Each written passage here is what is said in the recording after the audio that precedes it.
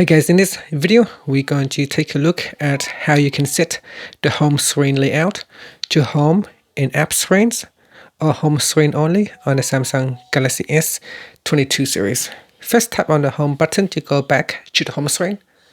From the home screen, swipe down at the top and tap on the settings icon. In settings, go down and tap on home screen. In here, tap on home screen layout, and then select Home in Apps Screens or Home Screen Only. If you select Home in Apps Screens, it says that keep things organized by rearranging your widgets and favorite apps on the home screen.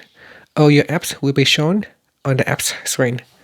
Or if you tap on Home Screen Only, then all of your apps will be shown on the home screen. So select one of the options and tap on the Apply button. And that's it. Finally, you can tap on the home button to go back to the home screen. Thank you for watching this video. Please subscribe to my channel for more videos.